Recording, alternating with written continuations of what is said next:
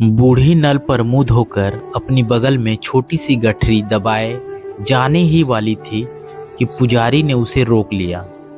अम्मा, तुम रोज दोपहर में मंदिर आती हो, भोग खाती हो और फिर चली जाती हो।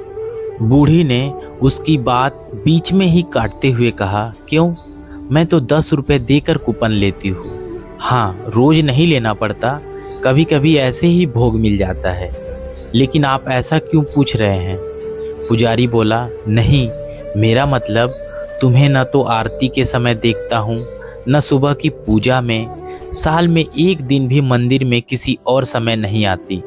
दिन भर करती क्या हो? बूढ़ी ने सहज स्वर में कहा, क्या करूँ बेटा, भीख मांगती हूँ। रात को स्टेशन पर सोती हूँ, फिर सुबह होते ही भीख मांगने निकल जाती हूँ। पुजारी ने पूछा, माँ काली से तुम्हें कुछ मांगना नहीं होता? देखो कितने दूर दूर से लोग अपनी इच्छाएं लेकर आते हैं। तुम्हें सचमुच कुछ नहीं चाहिए? बूढ़ी हल्का सा मुस्कुराई और बोली, नहीं बेटा, मेरे बेटे ने ही मुझे घर से निकाल दिया। कहने लगा कि मुझे सुलाने की जगह नहीं है, खिलाने के लिए रोटी नहीं है, उसका अपना परिवार बड़ा हो रहा है। अब जब मेरा अपना ही बेटा ही मुझे घर से निकाल सकता है, तो तुम्हारी और मेरी काली माँ मेरे लिए क्या करेंगी? उसने तो मुझे जन्म नहीं दिया, फिर उसका क्या दोष? पुजारी कुछ पल चुप रहा, फिर बोला, तो फिर मंदिर क्यों आती हो? बूढ़ी ने शांत स्वर में उत्तर दिया, माँ से बस इतना कहने आती हूँ कि मेरे बेटे का कभी अहित मत करना। वह भी तो एक माँ है, समझ जाएगी। उसका भी तो कोई नहीं है, अगर होता तो क्या वह तुम्हारे इस मंदिर में यूं अकेली पड़ी रहती? रात को तुम लोग ताला लगाकर दरवाजे खिड़कियां बंद करके चले जाते हो। अगर उसे एक गिलास पानी भी चाहिए हो तो कौन देगा? उसका भी भाग्य मेरे जैसा ही है। देखना, अब दुर्गा पूजा आएगी, कहीं नालियों के ऊपर, कहीं सड़क किनारे पंडाल बनाकर उसे 4-5 दिन तक खड़ा रखा जाएगा।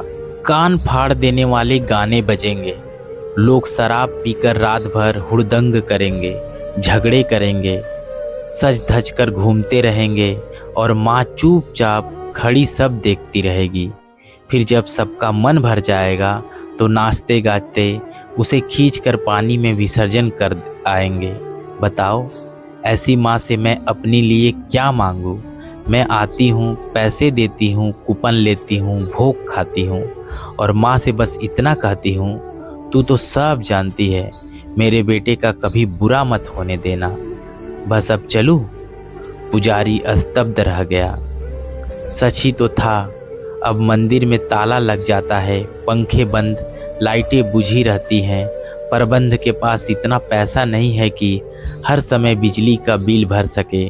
बूढ़ी अपनी मैली सी साड़ी और बगल में गठरी दबाए धीरे धीरे चली जा रही थी। उसकी चाल में कोई जल्दबाजी नहीं थी, उसकी बातों में कोई शिकायत नहीं थी। इतना शांत कोई कैसे हो सकता है? तभी बूढ़ी एक बार पीछे मुड़ी, मुस्कुराई।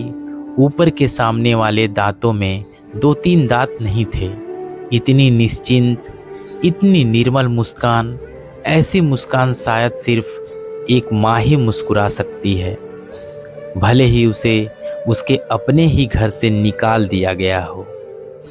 लेख संकलित।